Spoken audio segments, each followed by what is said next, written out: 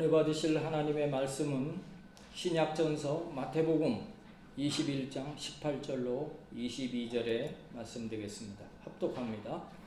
이른 아침에 성으로 들어오실 때에 시장하신지라 길가에서 한 무화과나무를 보시고 그리로 가사 잎사귀밖에 아무것도 찾지 못하시고 나무에게 이르시되 이제부터 영원토록 네가 열매를 맺지 못하리라 하시니 무화과 나무가 곧 마른지라. 제자들이 보고 이상히 여겨 이르되 무화과 나무가 어찌하여 곧 말랐나이까? 예수께서 대답하여 이르시되 내가 진실로 너희에게 이르노니 만일 너희가 믿음이 있고 의심하지 아니하면 이 무화과 나무에게 된 이런 일만 할 뿐 아니라 이 산더러 들려 바다에 던져지라 하여도 될 것이요 너희가 기도할 때에 무엇이든지 믿고 구하는 것은 다 받으리라 하시니라. 아멘. 이 시간 우리 통성으로 기도하실 때 지난 한 주간 동안 말씀대로 살지 못했던 것, 이 시간 회개할 때 하나님 어렵고 미쁘시사 우리의 주홍같이 붉은 죄가 있을지라도 양털처럼 희게 하시고 하나님 앞으로 나가는 길이 활짝 열려지게 하실 줄로 믿습니다. 아멘. 그래서 이제 나라와 민족을 위해서 기도하시고 교회 부흥 발전을 위해서 오늘 또 말씀을 통해서 큰 은혜 받기 위해서 문제 해결받고 치료받고 성령 충만 받고 능력 받기 위해서 우리 찬송가 200장 찬송 드리시고 통성으로 하나님 앞에 간절히 기도하도록 하겠습니다.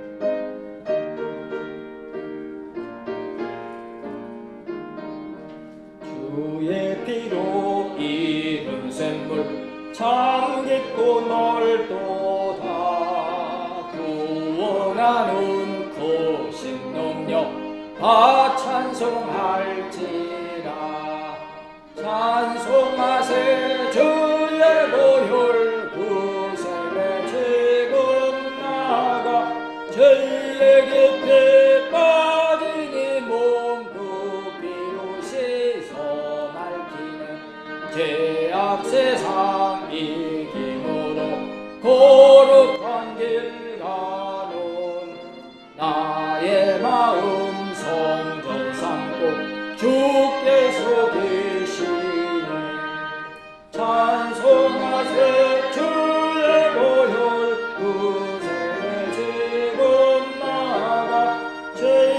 깊이 빠진 이 몸 그 피로 씻어 밝힌 주 예수를 깊이 아는 놀라운 구원에 하늘나라 즐거움이 내 새롭도다. 찬송하세 주의 보혈 그 샘의 죄의 깊이 빠진 이 몸 그 피로 씻어 밝히네. 주여 일창하시고 동성으로 기도합니다. 주여 할렐루야 할렐루야 할렐루야. 전지전능하시고 우리의 생사 화복을 주관하시는 하나님 아버지, 죽을 수밖에 버림받을 수밖에 없었을 때 우리를 예수님을 보내주셔서 우리로 회개케 하게 하시므로 우리의 모든 죄를 다 용서받게 하시고 하나님 앞으로 나가는 길이 열려지게 하셔서 하나님의 복된 자녀로 살아가게 하신 은혜를 고맙고 감사합니다. 그럼에도 불구하고 하나님 말씀대로 뜻대로 살지 못했던 것이 있었음을 오늘 회개합니다. 하나님 어렵고 미쁘시사 우리의 모든 죄과를 이 시간 다 도말하시고 죄 없다 하시고 하나님 앞으로 나가는 길 활짝 열려지게 하심을 감사합니다. 이 나라의 이 민족을 긍휼히 여겨 주시옵소서. 다시 한번 이 땅에 복음이 충만케 되어지게 하셔서 하나님의 은혜가 넘쳐나서 이 땅이 부요해지고 하나님의 은혜가 넘쳐나는 복된 땅이 되게 하여 주시옵소서. 하나님 아버지, 우리 교회를 부흥시켜 주시고 우리 모두가 그의 나라와 의를 구해 하나님의 큰 상급 받는 우리 모두 되게 하여 주시옵소서. 오늘도 수고하고 무거운 짐 지고 왔으니 십자가 밑에 다 내려지게 하시고 우리 모두 평안함을 얻고 기쁨을 얻고 감사 감격하는 복된 시간이 되어지게 하여 주시옵소서. 하나님 아버지, 연약한 육신을 오늘 치료해 주시고 새 힘을 얻게 하시고 기쁨과 감사로 돌아가는 복된 발걸음들 다 되게 하여 주옵소서. 이 시간 함께하지 못한 우리 성도들이 있습니다. 어느 곳에 있든지 하나님의 충만한 은혜가 있게 되어질 줄로 믿습니다. 역사해 주시옵소서.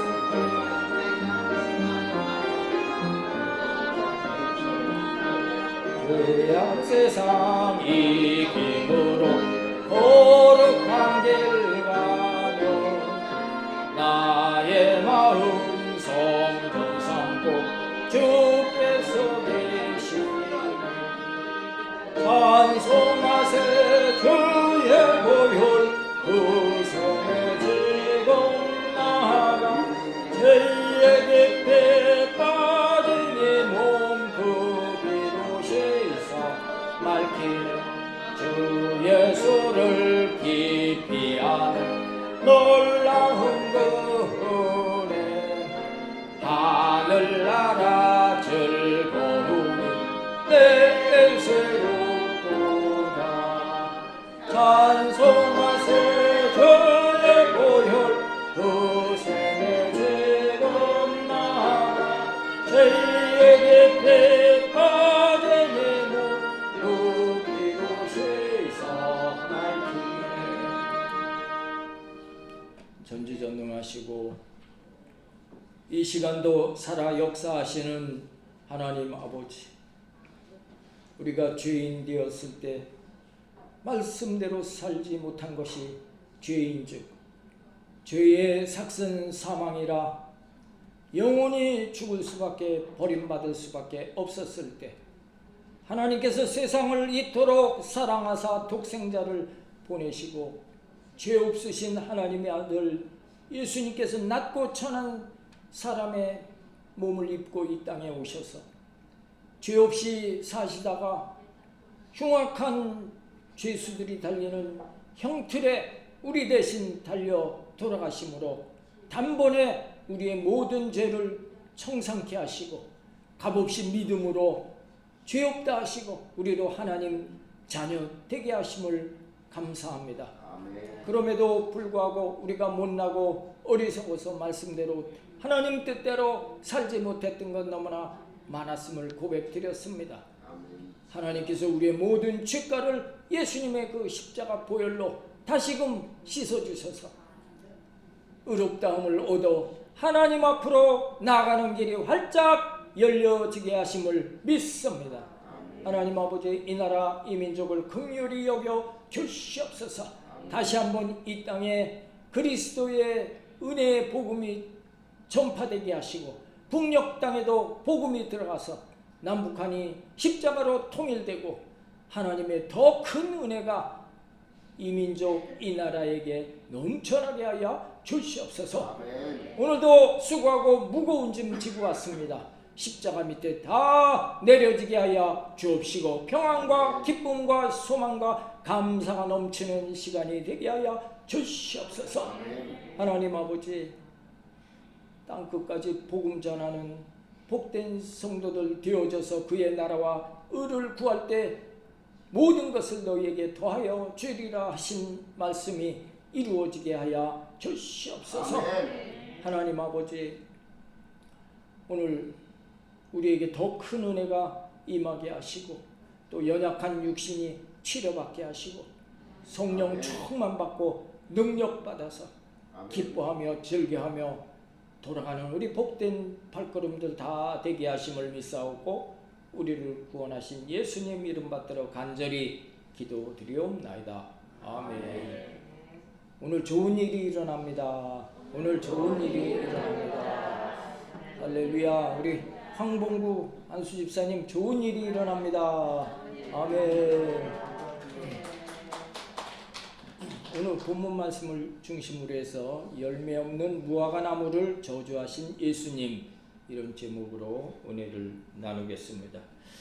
오늘 이 본문의 배경은 예수님의 사역이, 이 땅의 사역이 얼마 남지 않은 그런 시점입니다. 이제 월, 화, 수, 목, 금, 예수님께서 빌라도 법정에서 불의한 재판을 받으시고 십자가에 이제 돌아가시게 되어집니다. 그 위기가 점점 다가오고 있는 그런 상황입니다.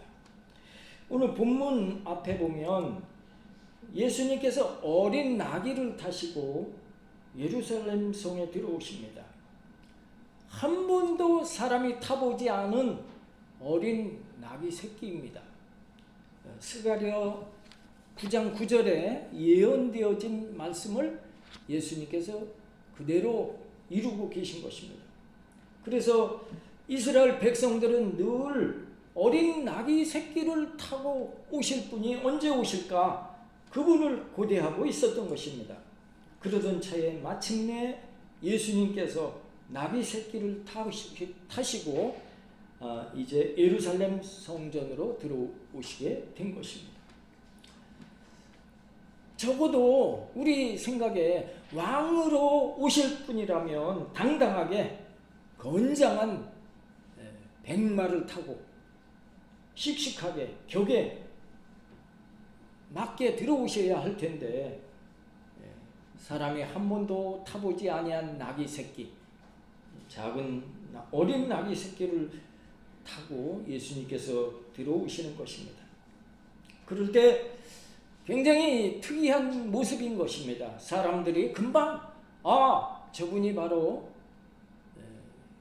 구약 스가랴서에 스가랴 선지자가 예언한 그 말씀을 성취하신 분이 저분이시구나, 금방 저분이 메시아시구나, 사람들이 알아볼 수가 있었던 것입니다. 그래서 왕으로 오신 분이기에 어떻게 나귀 등에 그냥 맨등에 타고 오시겠어요? 그래서 나귀 등에 자기 옷을 벗어서 안장 대신 깔아주시기도 하고, 또 어떤 사람들은 자기 옷을 길에다 막 이렇게 깔아놓기도 하고, 또 이스라엘 사람들이 신성시 여기는 종려나무 가지를 길에다가 쭉 뿌려놓고 그 종려나무를 이렇게 흔들면서 예수님을 열렬히 환영하였던 것입니다. 그래서 이제 부활절 전 주일을 종려주일로 우리가 지키고 있는 것입니다.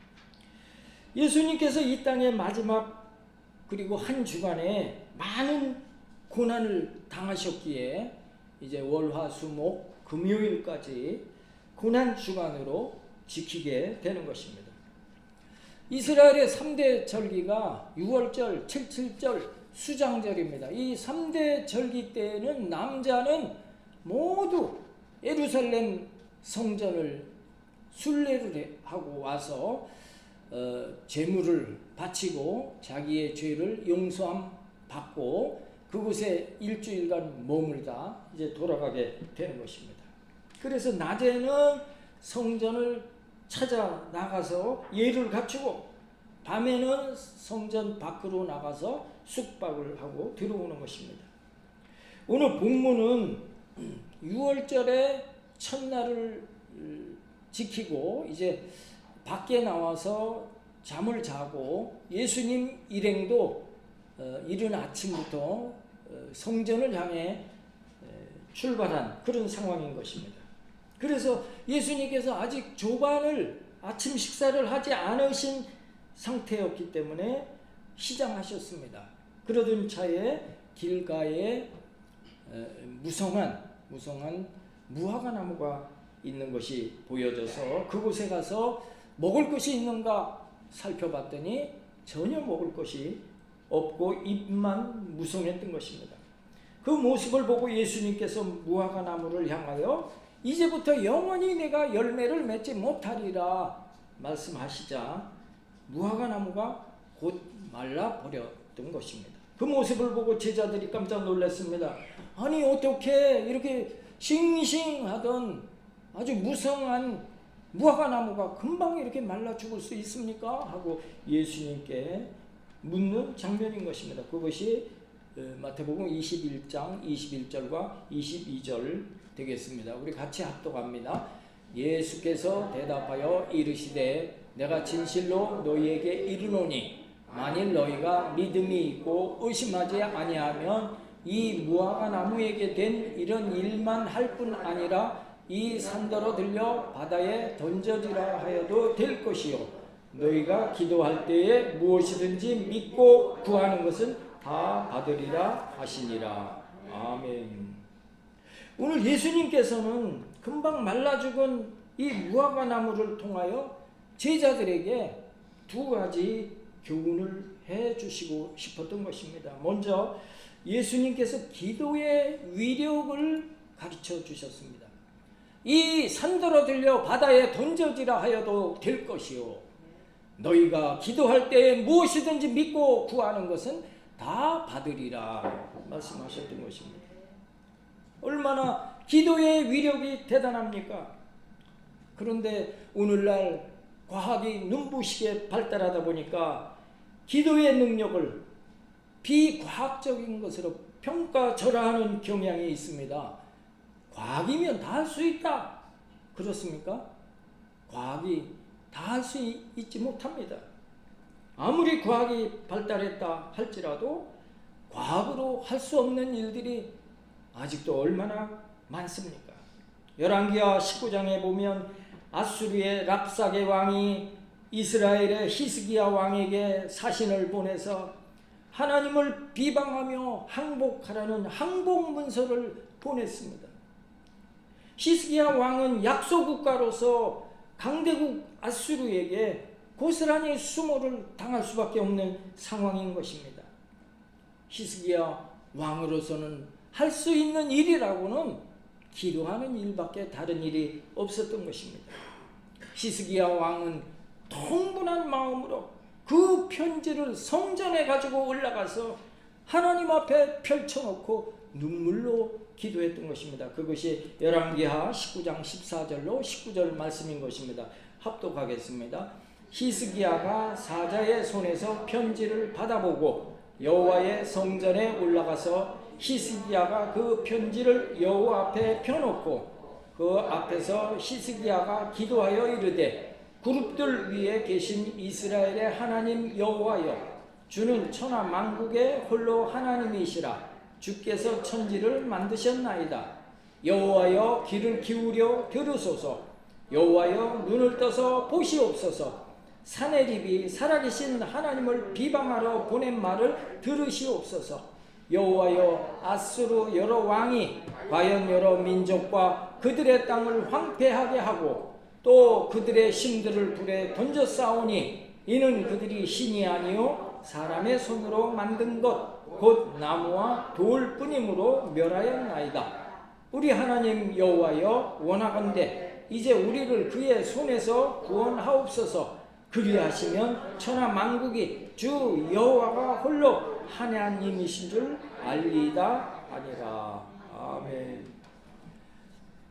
히스기야 왕은 분하기도 하고 또 자신이 이렇게 무력함을 안타까워하면서 그 랍사게 왕이 보낸 항복하라 너희 하나님 헛고다 하면서 편지를 보내온 것을 하나님 성전에 갖다 놓고 그곳에서 주여 보시옵소서 들으시옵소서 하나님 이 나라 긍휼히 여겨 주시옵소서 하나님 살아계심을 저들에게 보여주옵소서 간절히 기도했을 때 하나님께서 응답하신 줄로 믿습니다. 그것이 열왕기하 19장 35절로 37절입니다. 같이 합독합니다. 이 밤에 여호와의 사자가 나와서 아수르 진영에서 군사 18만 5천 명을 친지라. 아침에 일찍이 일어나 보니 다 송장이 되었더라. 아수르 왕 사네립이 떠나 돌아가서 니느웨에 거주하더니 그가 그의 신 니스록의 신전에서 경배할 때에 아들람멜록과 사레셀이 그를 칼로 쳐 죽이고 아라랏 땅으로 그들이 도망하매 그 아들 에셀핫돈이 대신하여 왕이 되니라. 아멘. 지금 히스기야 왕에게는 무기가 없어도 훈련된 군사가 없다 할지라도 다만 하나님 앞에 눈물로 기도했을 뿐인데 하나님께서 밤새 천사들을 동원해서 하룻밤 사이에 그들을 쳐서 18만 5천 명이나 전부 다 성장이 되게 하셨다고 성경이 증거하고 있는 것입니다. 제가 목회 초년병 때 경제적으로 좀 많이 어려웠었습니다. 딸이 둘이 다 예일여고에 다니고 있었는데 등록금을 제때 못 낸 것입니다. 선생님이 야, 등록금 못 낼 바에야 아예 학교 오지도 마, 이렇게 야단을 친 것입니다. 그 당시에는 또 그런 시대였습니다. 그러니까 우리 애가 와서 아빠, 선생님이 학교 오지도 말래요, 그러면서 눈물로 등록금 고지서를 저에게 내미는 것입니다. 저는 그 고지서를 받아들면서 안타깝기도 하고 속상하기도 해서 그것을 가지고 강대상에 여기 올라와서 앞에다가 십자가 밑에 놓고 간절히 기도할 수밖에 다른 길이 없었습니다. 주여, 주의 종이 이렇게 어려움을 겪고 있습니다. 하나님께서 살아계신 것을 보여 주시옵소서 하고 눈물로 간절히 기도했는데 어떻게 됐을까요? 그날 아침에 새벽 기도를 마치고 사택에 들어와 있는데 누가 노크를 똑똑 하는 거였습니다. 그래 문을 열고 나가봤더니 우리는 저 일산에서 부부가 약국을 경영하는 약사들입니다. 그러면서 두툼한 봉투를 이렇게 가져왔어요. 아니 어떻게 지금 저도 모르는 분이 이렇게 새벽부터 찾아오셨습니까? 그랬더니 며칠 전에 자기 성도가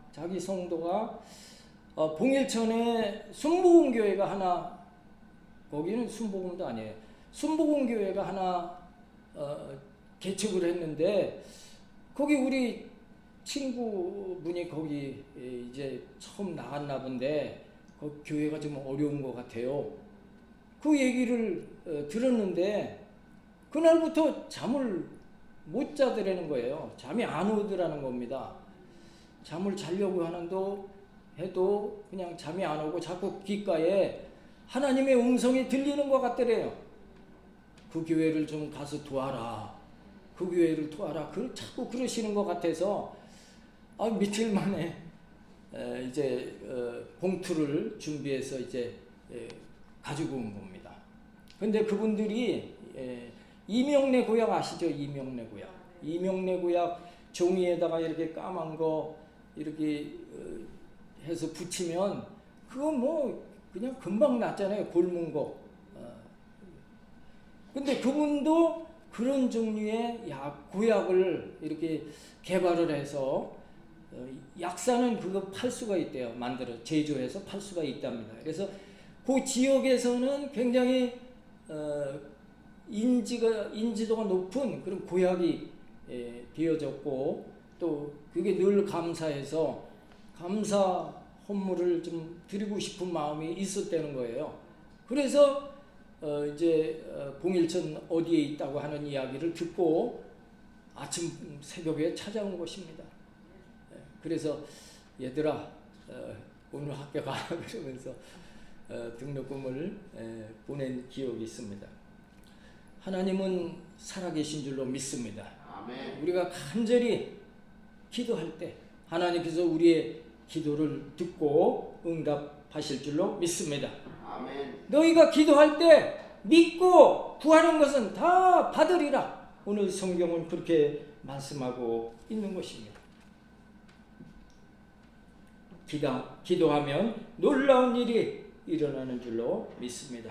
오늘날도 우리가 기도할 때 하나님은 응답하시는 하나님이신 줄로 믿습니다.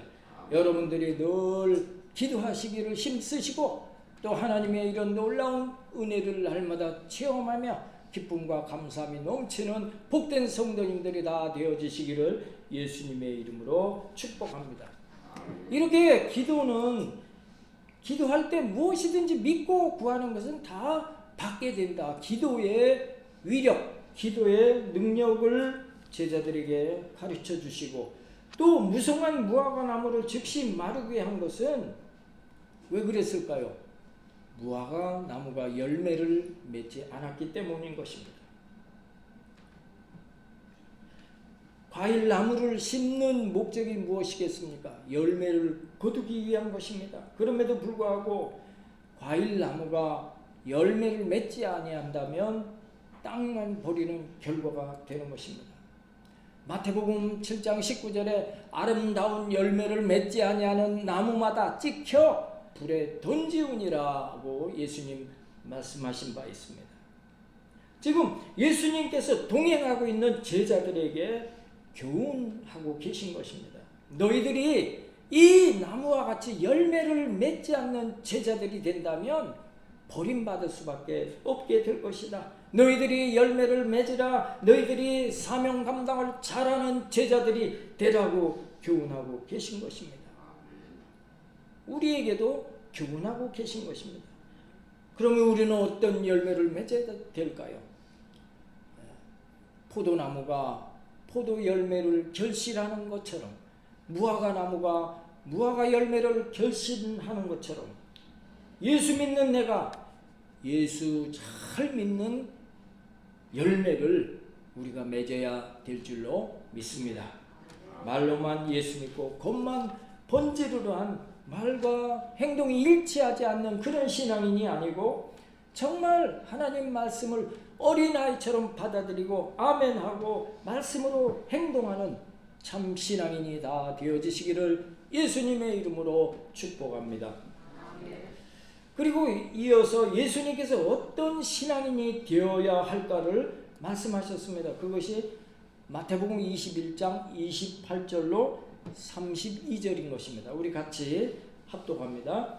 그러나 너희 생각에는 어떠하냐? 어떤 사람에게 두 아들이 있는데 맏아들에게 가서 이르되 예 오늘 포도원에 가서 일하라 하니 대답하여 이르되 아버지 가겠나이다 하더니 가지 아니하고 둘째 아들에게 가서 또 그와 같이 말하니 대답하여 이르되 실소이다 하였다가 그 후에 뉘우치고 갔으니 그 둘 중에 누가 아버지의 뜻대로 하였느냐? 이르되 둘째 아들이니이다. 예수께서 그들에게 이르시되 내가 진실로 너희에게 이르노니 세리들과 창녀들이 너희보다 먼저 하나님의 나라에 들어가리라. 요한이 의의 도로 너희에게 왔거늘 너희는 그를 믿지 아니하였으되 세리와 창녀는 믿었으며 너희는 이것을 보고도 끝내 뉘우쳐 믿지 아니하였도다. 아멘. 지금 큰 아들과 둘째 아들의 비유로 말씀하셨습니다. 어떤 사람에게 두 아들이 있는데 두 아들에게 얘들아 오늘 너희들 포도원에 들어가서 일 좀 하거라 지시하셨습니다. 그럴 때 큰아들이 네 하겠습니다. 그리고 대답을 했습니다. 그러나 작은 아들은 싫습니다. 나 바쁜 일이 있어서 안 하겠습니다. 라고 대답했던 것입니다. 그런데 큰아들은 대답만 멀쩡히 해놓고 포도원에 들어가 일하지 않았지만 작은 아들은 내가 그래도 아버지 말씀에 역행할 수가 없지. 들어가서 일해야 되겠다. 그리고 작은 아들은 포도원에 들어가서 일을 한 것입니다. 예수님께서 그 둘 중에 누가 아버지의 뜻대로 한 자겠느냐 하고 그곳에 있는 대제사장들과 장로들에게 질문을 던졌던 것입니다. 그들이 대답하기를 둘째가 아버지의 뜻을 따랐나이다 하고 대답을 했던 것입니다. 예수님께서 왜 이 비유를 그곳에 있는 그 대제사장들과 장로들에게 물었을까요? 그들은 영적으로 큰아들이었기 때문인 것입니다. 너희는 겉으로는 큰아들이지만 하나님을 거역하는 자들이다 라고 그들을 책망하신 것입니다. 반대로 둘째 아들로 표현되고 있는 사람들은 어떤 사람들입니까? 세리와 창녀들이라고 표현하고 있는 것입니다. 세상에서 천대받고 무시당하는 부류의 사람들을 일컫는 것입니다. 그들은 진정으로 회개하고 하나님께 나와서 하나님의 뜻대로 살아가는 사람들인 것입니다. 다시 말해서 진정 하나님께 인정받는 신앙인들, 그들이 둘째 아들이요, 둘째 아들은 세리와 창녀 같은 천한 부류의 그런 사람들이었다고 하는 것입니다. 그러면서 너희는 세리와 창녀보다 못하다고 호되게 사실은 책망하신 것입니다. 둘째 아들처럼 회개하고 하나님의 뜻을 따르는 자들이 되라 촉구하셨음에도 불구하고 어떻게 했어요? 너희는 이것을 보고도 끝내 뉘우쳐 믿지 아니하였도다. 끝내 대제사장들과 장로들은 둘째 아들이 되기를 거부하고 예수님을 죽음으로 내몰았던 것입니다. 그리고 이어서 예수님께서 또 세 번째 비유의 말씀을 하셨습니다. 우리 좀 긴데요. 21장 33절로 46절입니다. 같이 합독하겠습니다. 다른 한 비유를 들으라. 한 집 주인이 포도원을 만들어 산 울타리로 두르고 거기에 즙자는 틀을 만들고 망대를 짓고 농부들에게 세로 주고 타국에 갔더니 열매 거둘 때가 가까움에 그 열매를 받으려고 자기 종들을 농부들에게 보내니 농부들이 종들을 잡아 하나는 심히 때리고 하나는 죽이고 하나는 돌로 쳤거늘 다시 다른 종들을 처음보다 많이 보내니 그들에게도 그렇게 하였는지라. 후에 자기 아들을 보내며 이르되 그들이 내 아들은 존대하리라 하였더니 농부들이 그 아들을 보고 서로 말하되 이는 상속자니 자 죽이고 그의 유산을 차지하자 하고 이에 잡아 포도원 밖에 내쫓아 죽였느니라. 그러면 포도원 주인이 올 때에 그 농부들을 어떻게 하겠느냐? 그들이 말하되 그 악한 자들을 진멸하고 포도원은 제때에 열매를 바칠 만한 다른 농부들에게 세로 줄지니이다. 예수께서 이르시되 너희가 성경에 건축자들이 버린 돌이 모퉁이의 머릿돌이 되었나니 이것은 주로 말미암아 된 것이요 우리 눈에 기이하다 함을 읽어본 일이 없느냐. 그러므로 내가 너희에게 이르노니 하나님의 나라를 너희는 빼앗기고 그 나라의 열매 맺는 백성이 받으리라. 이 돌 위에 떨어지는 자는 깨지겠고 이 돌이 사람 위에 떨어지면 그를 가루로 만들어 흩으리라 하시니 대제사장들과 바리새인들이 예수의 비유를 듣고 자기들을 가리켜 말씀하신 줄 알고 잡고자 하나 무리를 무서워하니 이는 그들이 예수를 선지자로 알미었더라. 아멘. 지금 큰 포도원을 소유하고 있는 주인이 타국에 가면서 매년 도지를 내라, 매년 얼마씩 세를 내라, 농부들에게 세를 주고 떠났습니다. 이제 철이 되어서 세를 받을 때가 되어서 포도원 주인이 도지세를 받기 위해서 자기 종들을 보내었습니다. 그랬더니 농부들은 세를 안 주려고 종들을 잡아 심히 때리고 죽이고 돌로 쳐보냈습니다.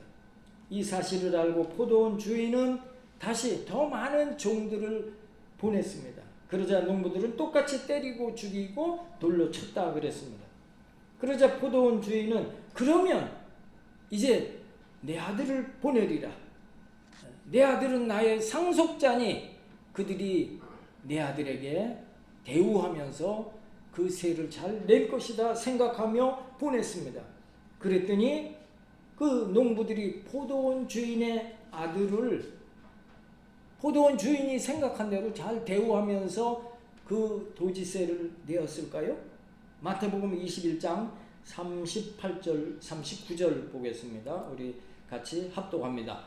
농부들이 그 아들을 보고 서로 말하되 이는 상속자니 자 죽이고 그의 유산을 차지하자 하고 이에 잡아 포도원 밖에 내쫓아 죽였느니라. 아멘. 지금 오히려 아들을 대우하기커녕은 저 사람은 그 포도원 주인의 아들이니 포도원 주인의 상속자니 저의 유산조차도 우리가 다 차지하자 하면서 그 아들조차 죽여버린 것입니다. 이 비유는 예수님에 대한 비유인 것입니다. 하나님께서 누누이 구약의 선지자들을 통해서 앞으로 장차 인류를 구원할 하나님의 아들이 이 땅에 오게 되는데 너희들이 그 분을 맞이할 준비를 하라 하고 선지자들을 통해서 이제 통보하신 거나 다름이 없습니다. 그러나 그 시대의 사람들은 어떻게 했습니까? 그 선지자들을 능욕하고 잡아 죽이고 핍박하였던 것입니다. 예레미야, 또 이사야, 또 하박국 등등 많은 선지자들이 그렇게 핍박을 당하고 죽임을 당했던 것입니다. 결국 예수님께서 이제 하나님께서 하나님의 아들을 이제 이 땅에 보낼 텐데 이 땅에 와서 십자가에 이제 돌아가실 것을 의미하면서 종말에 있을 말씀을 하신 것입니다. 하나님께서 이제 그때가 오면 그 심판날이 이제 오게 되면 선지자들을 핍박하고 죽이고 아들까지도 죽인 악한 자들을 진멸하실 것을 말씀하고 계신 것입니다. 그리고 포도원은 어떻게 해요? 제때에 열매를 바칠 만한 다른 농부들에게 새로 세를 주겠다 하신 것입니다. 이것은 선택받은 민족이 아닐지라도 유대인이 아닐지라도 세리와 창기와 같은 또 버림받은 세상에 소외된 사람이라 할지라도 복음을 받아들인 이방인이라 할지라도 그들을 하나님의 나라의 백성으로 하나님의 자녀들로 삼겠다고 하실 것을 상징적으로 말씀해 주고 있는 대목인 것입니다. 너희가 아무리 선민이고 하나님의 택한 백성이고 상속자 큰아들일지라도 교만하고 목이 뻣뻣해서 예수님을 받아들이지 아니하고 열매를 맺는 자들이 되지 아니한다면 결국은 세리나 창기와 같은 사람일지라도 너희가 업신여기는 이방인이라 할지라도 그들에게 구원이 임하고 그들이 하나님의 백성이 될 것을 선언하고 계신 것입니다. 그것은 오늘날도 계속 이루어져 가고 있는 것입니다. 유대인들이 예수님을 아직도 거부하고 있는 것입니다. 그리고 이제 복음이 로마로 또 유럽으로 또 미국으로 또 대한민국으로 이렇게 땅끝까지 이제 전해지는 그 땅끝이 어디냐? 이스라엘로 오히려 지금 보고 있는 것입니다. 오늘 이제 본문의 말씀의 결론 부분인 것입니다. 마태복음 21장 42절과 43절입니다. 우리 결론 부분을 같이 합독하도록 하겠습니다. 예수께서 이르시되 너희가 성경에 건축자들이 버린 돌이 모퉁이의 머릿돌이 되었나니 이것은 주로 말미암아 된 것이요 우리 눈에 기이하도다 함을 읽어본 일이 없느냐. 그러므로 내가 너희에게 이르노니 하나님의 나라를 너희는 빼앗기고 그 나라에 열매 맺는 백성이 받으리라. 아멘. 이 말씀은 시편 118편 22절에 기록되어져 있는 말씀인 것입니다. 이 모퉁이의 머릿돌이 되었다. 우리 눈에 이 일은 정말 기이하도다. 이 내용이 시편 118편 22절에 기록되어 있는 말씀인 것입니다. 어찌 이것을 말로 표현할 수 있겠느냐? 하나님의 신묘막측하심을 말씀하고 있습니다. 건축자들이 좋은 돌을 골라서 이제 건축을 하는데 이 돌은 쓸모없어 하고서 버렸는데 그 돌이 그 건물의 가장 기준이 되고 가장 중요한 위치에 모퉁이의 머릿돌이 되어지게 됐다고 하는 것입니다. 내가 큰 아들이다, 내가 기둥이다 하지만 내가 너희에게 이르노니 하나님의 나라를 너희는 빼앗기고 그 나라에 열매 맺는 백성이 받게 되리라.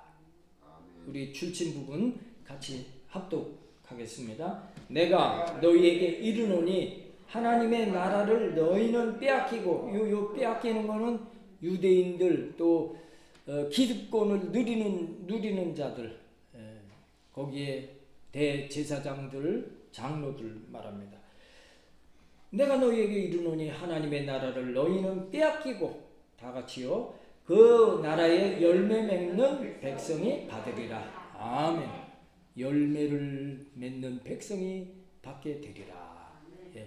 우리는 잎만 무성한 그런 무화과 나무가 아니요, 열매를 맺는 무화과 나무가 되어야 할 줄로 믿습니다.